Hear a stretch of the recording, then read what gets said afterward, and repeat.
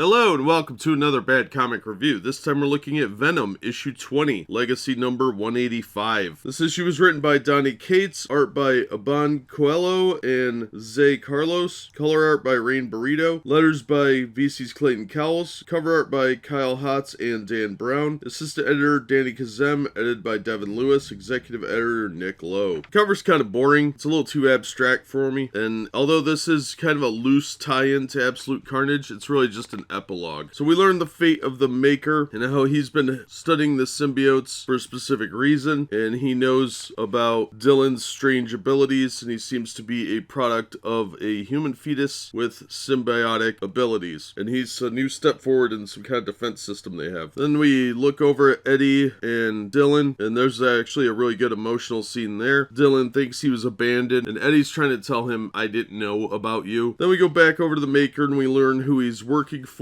and he brings something over from his universe. Overall, I thought this was a pretty pointless issue. There's a handful of things in here that are useful that really could have been summed up a lot faster in a lot less space, a lot more succinctly. Yeah, the dialogue and stuff like that is well done for what it is, but this is absolutely middle story. It's really an end cap to Absolute Carnage and a lead into the Maker trying to go back to the Ultimate Marvel Universe, which I wish he would because this character's stupid and annoying. And his weird head looks like there's a giant poop emoji sitting on top of him, and I find it disturbingly stupid looking and weird. But I was never a fan of the Ultimate Marvel Universe because I thought it was just really lazy fan fiction disguised as a new comic universe. So the Maker is just kind of pointless to me and a little ridiculous that he keeps showing up. I don't know if he's going to be in the next issue or not, but this issue, if you read Absolute Carnage, you could just skip this issue. It has a few minor points, but it's not something that's major to the book as far as I could tell, and you could kind of take it or leave it. It was an okay read, but I'm not happy that it's, a $4 cover price. This is something that you could pull out of a dollar bin and still feel a little cheated out of, because there's just a bunch of talking. There's no combat in here, there's no action, no adventure. It's just all wrap up of Absolute Carnage and lead into some other storyline for the Maker. This isn't a book about the Maker, it says Venom on it. There's like 5 pages of Eddie Brock in here. So I would say this one isn't an absolute necessary to track down.